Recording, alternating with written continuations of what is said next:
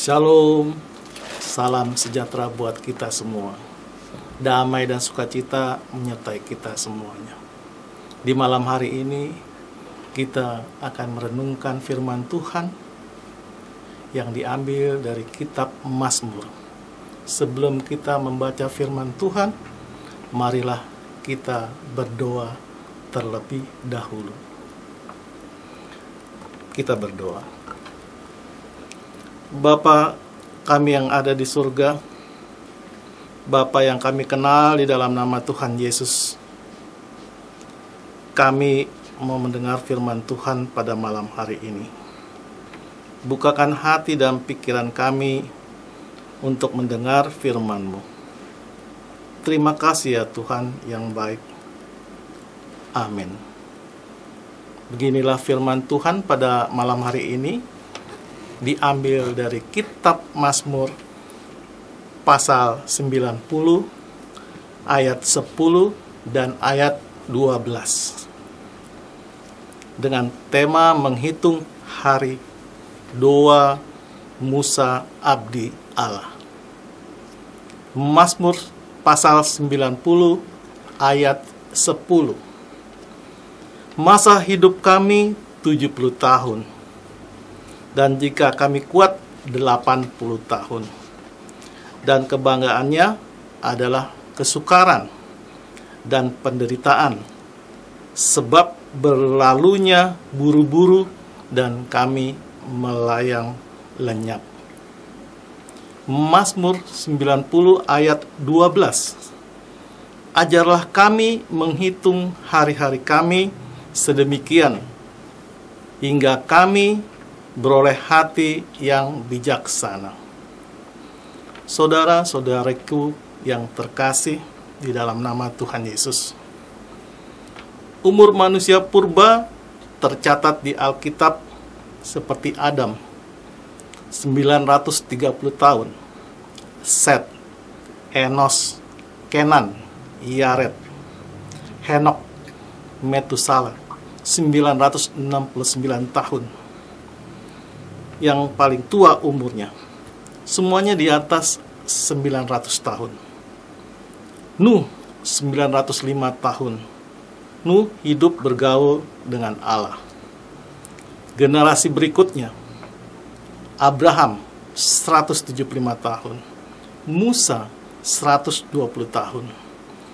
Di Kejadian 6 ayat 3 mengatakan bahwa umur manusia paling lama 120 tahun.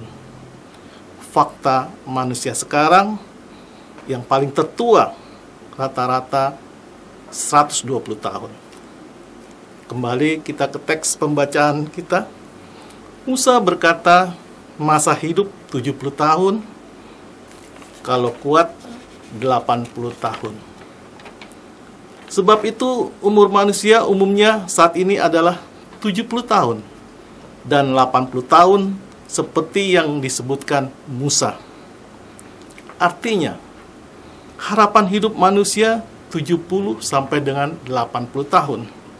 Saudara-saudari yang terkasih, fakta ini memotivasi kita untuk menghitung hari-hari kita seperti dikatakan Musa di dalam ayat 12.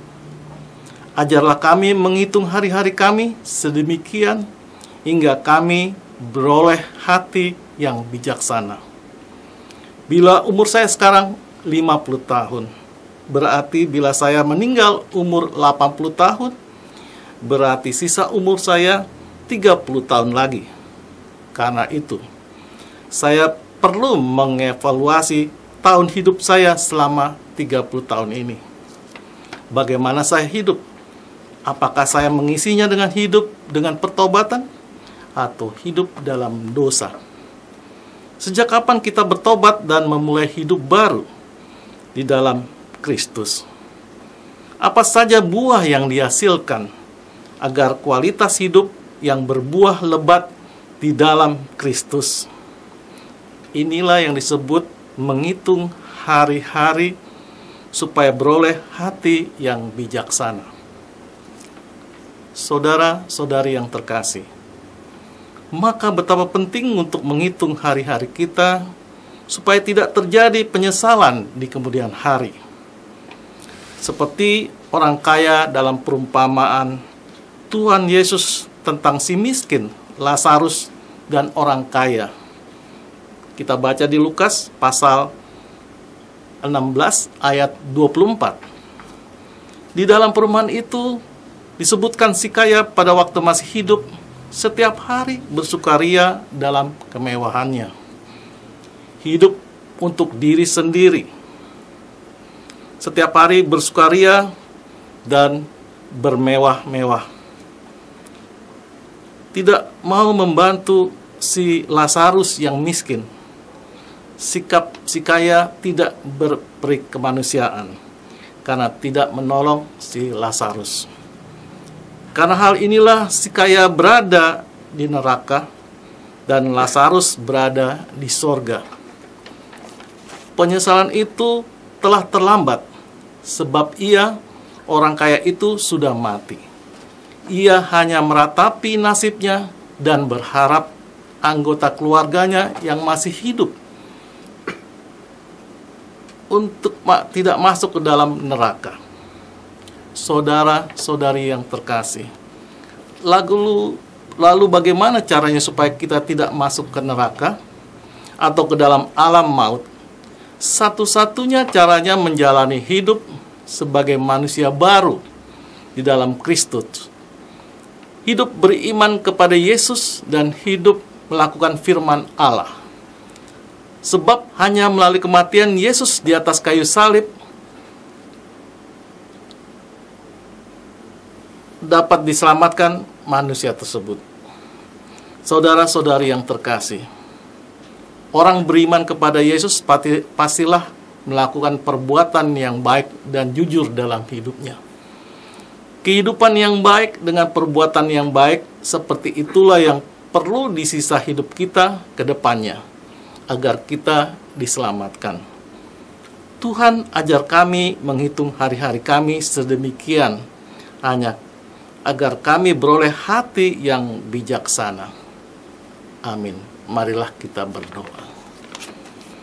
Tuhan, terima kasih atas firman Tuhan pada malam hari ini, dan boleh kami renungkan di malam hari ini. Lindungi dan jaga kami di saat kami tidur, dan bangunkan kami pada saat pagi hari nanti, tanpa kekurangan apapun. Ampunilah kesalahan kami memohon pertolongan-Mu pada malam hari ini. Hanya di dalam nama Tuhan Yesus Kristus kami sudah berdoa dan mengucap syukur. Amin.